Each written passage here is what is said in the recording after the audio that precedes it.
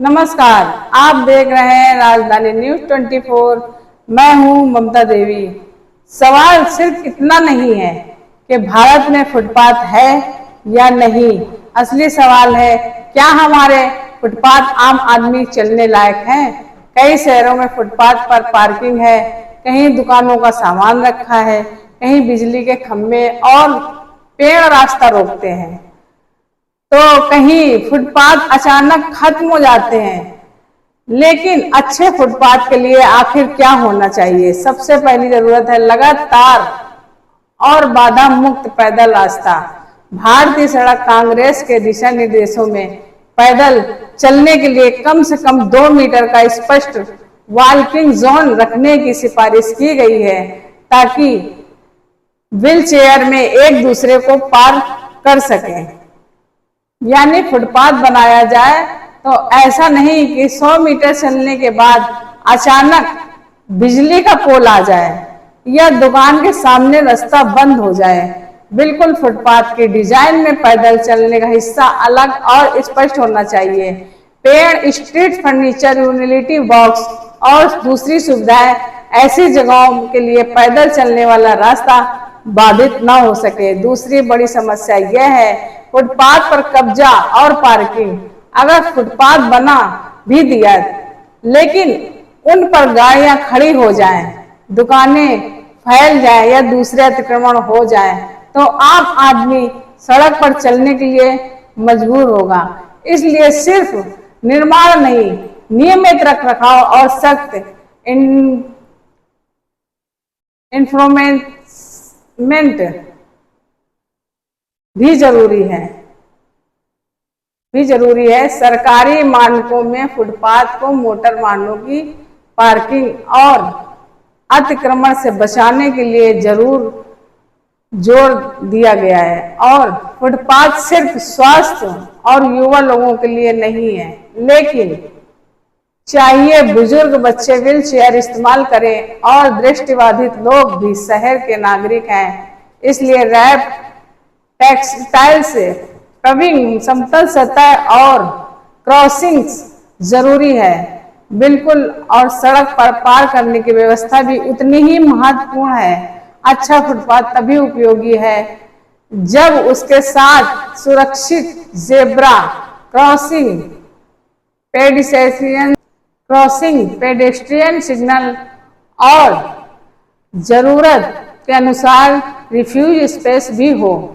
तो क्या समाधान सिर्फ केंद्र सरकार के हाथ में है?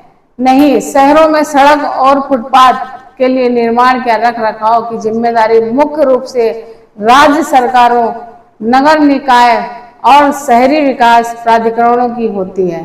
केंद्र सरकार तकनीकी मानक, दिशा निर्देश और नीतिगत सहयोग देती है, तो आम नागरिक क्या कर सकता है?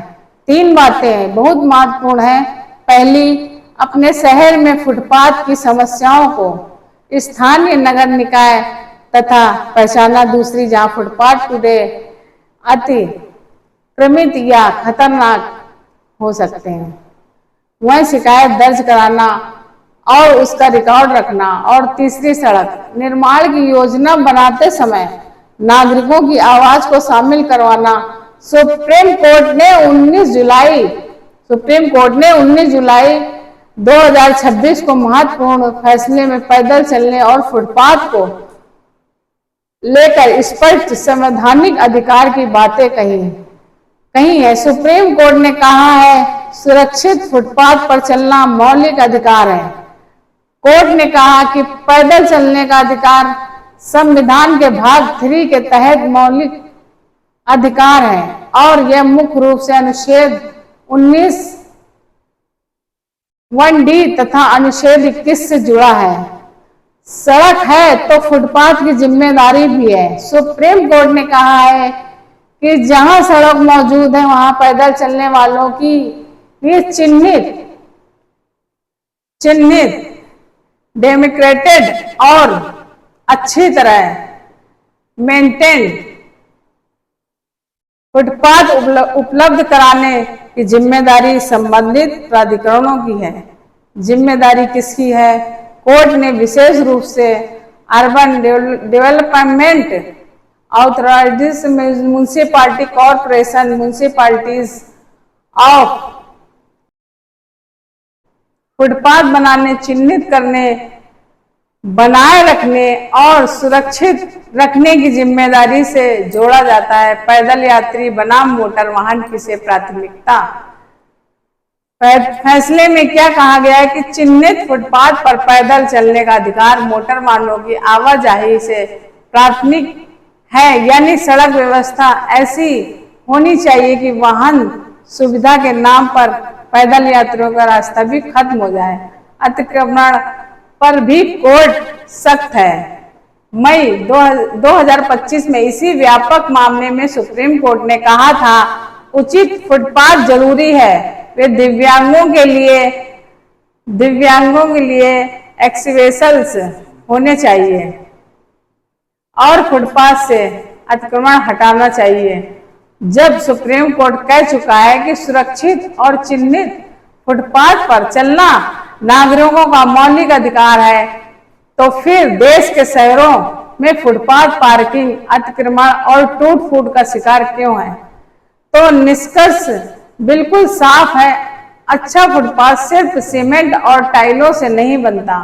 इसके लिए चाहिए सुरक्षित डिजाइन, पर्याप्त चौड़ाई, लगातार रास्ता, अतिक्रमण से सुरक्षित, दिव्यांग अनुकूल व्यवस्था, सुरक्षित क्रॉसिंग और नियमित रखरखाव।